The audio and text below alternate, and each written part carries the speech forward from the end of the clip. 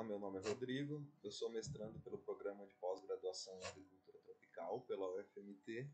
A minha área de concentração é a biotecnologia e a minha linha de pesquisa são leveduras de interesse para a fermentação alcoólica. O meu projeto é a avaliação de leveduras Kveik para a produção de etanol a partir do amido de milho, ZA+.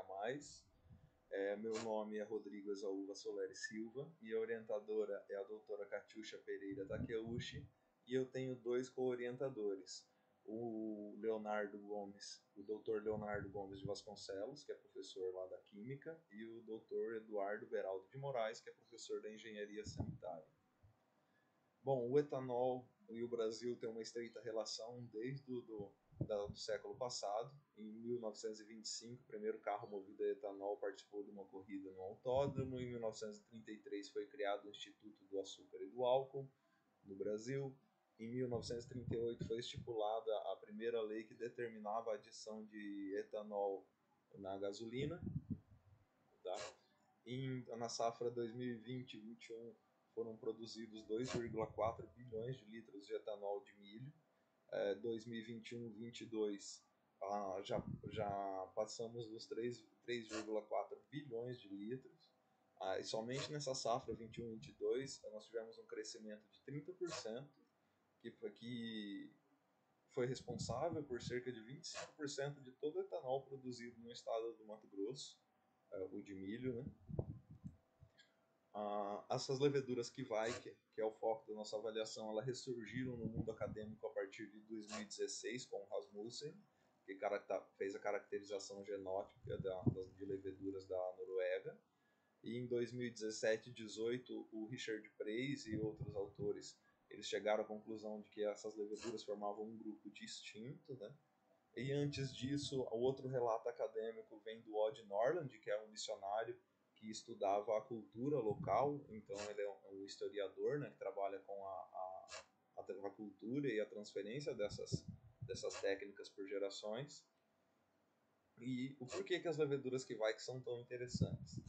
Elas toleram estresse muito bem, tanto que em trabalhos acadêmicos 2021 e 2022 relataram que quanto maior a densidade e quanto maior ali a temperatura, menos ésteres e aldeídos e outros compostos secundários elas vão produzir. Então elas aceitam muito bem o estresse. Tradicionalmente elas já são inoculadas em mostras em temperaturas próximas dos 40 graus. Então elas acabam fermentando rápido, muito rápido mesmo. A cerveja que normalmente demora de 5 a 10 dias, com as Kveik demoram de 24 a 48 horas o período de fermentação. Depois disso já pode ser feita a coleta e secagem, e elas aguentam até o próximo ano para reutilização de novo, né? Então são muitas características interessantes para a indústria de resistência. E elas trazem uma genética nova, fresca, que pode vir a somar com as leveduras que nós temos hoje rodando no mercado. Elas são adaptadas a um meio de hidrólise de amido, que eu acho que é o meio mais parecido com a hidrólise com o hidrolisado de milho do que as leveduras de cana-de-açúcar que são utilizadas hoje para a produção de etanol nessas usinas de milho.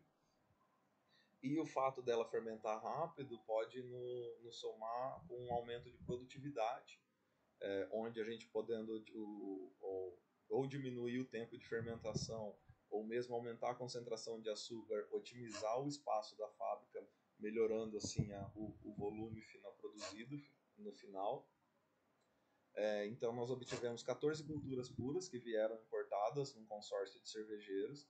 Dessas 14 cepas puras foram isolados 20 cepas diferentes de leveduras. Algumas culturas puras vinham com 2 ou 3 cepas de leveduras diferentes.